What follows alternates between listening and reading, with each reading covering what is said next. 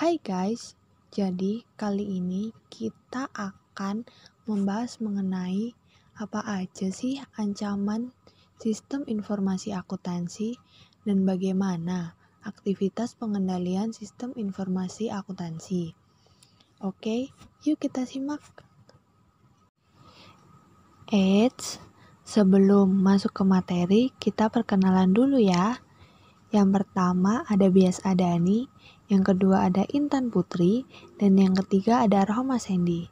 Nah, karena kita udah perkenalan, yuk kita masuk ke materi. Nah, untuk materi yang pertama adalah ancaman-ancaman dalam sistem informasi akuntansi. Yang pertama ada ancaman kehancuran karena bencana alam dan politik. Yang kedua, ada ancaman karena kesalahan pada software dan tidak berfungsinya peralatan. Yang ketiga, ancaman bagi perusahaan adalah tindakan yang tidak disengaja. Yang keempat, ancaman yang dihadapi perusahaan adalah tindakan disengaja. Nah, kita bahas satu persatu ya.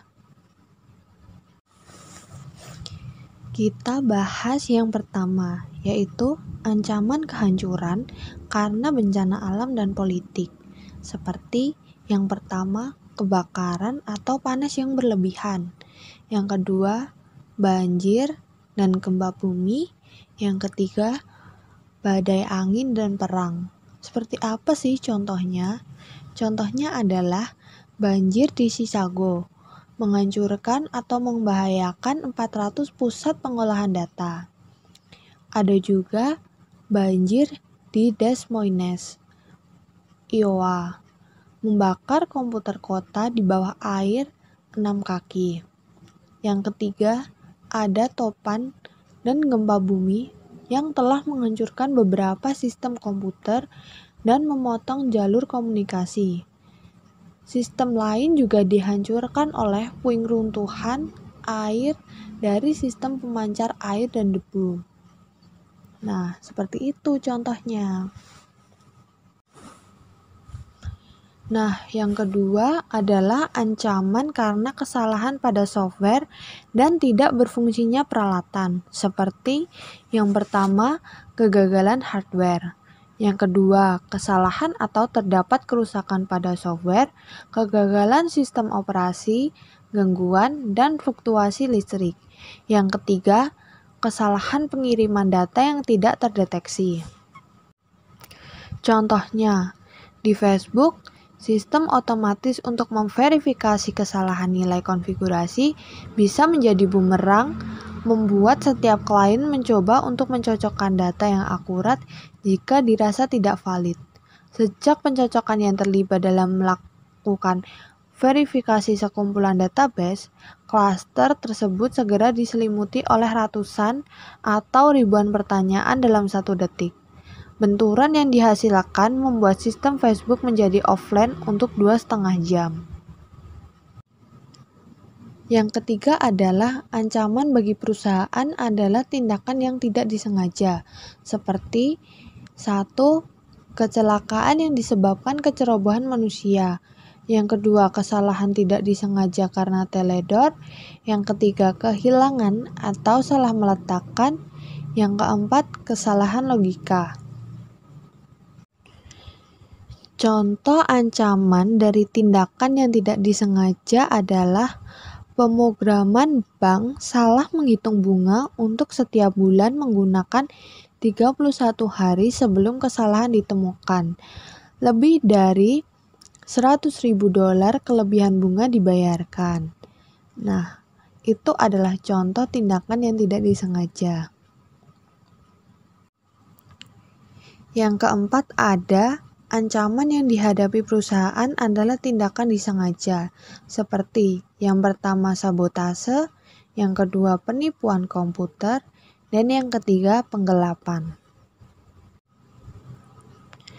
Contoh dari ancaman yang dihadapi perusahaan adalah tindakan disengaja, yaitu hacker mencuri 1,5 juta kartu kredit dan debit dari Global Payment, yang mengakibatkan kerugian sebesar $84 juta dan 90% mengalami penurunan laba pada pengungkapan kuartal selanjutnya.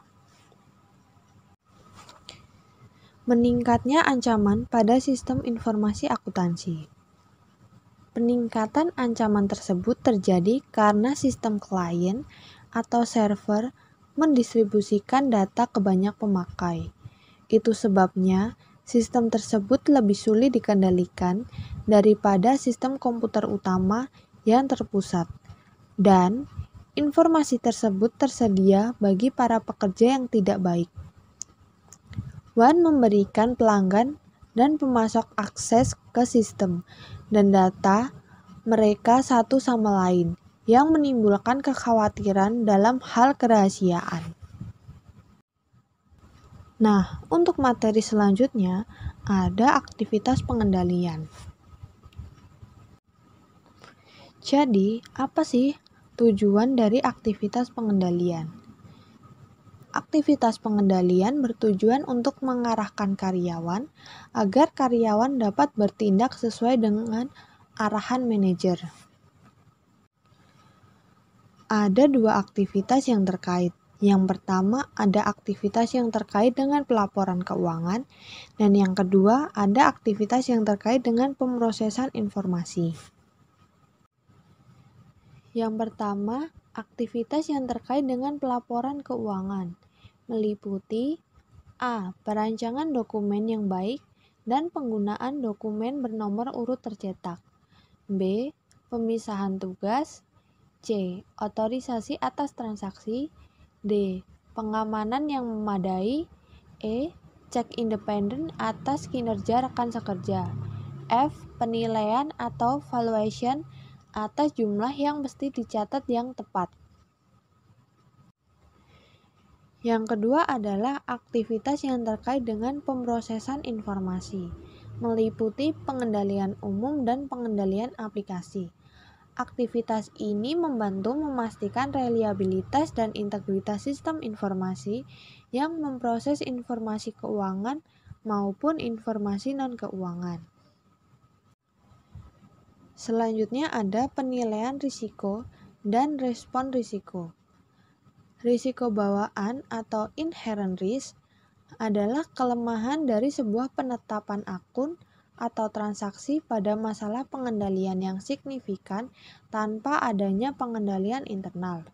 Sedangkan risiko residual atau residual risk adalah risiko yang tersisa setelah manajemen mengimplementasikan pengendalian internal atau beberapa respon lainnya terhadap risiko.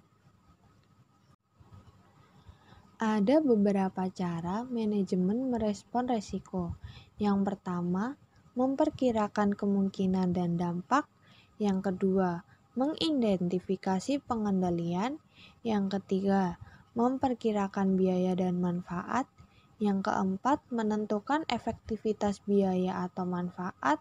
Yang kelima, mengimplementasikan pengendalian atau menerima, membagi, atau menghindari risiko.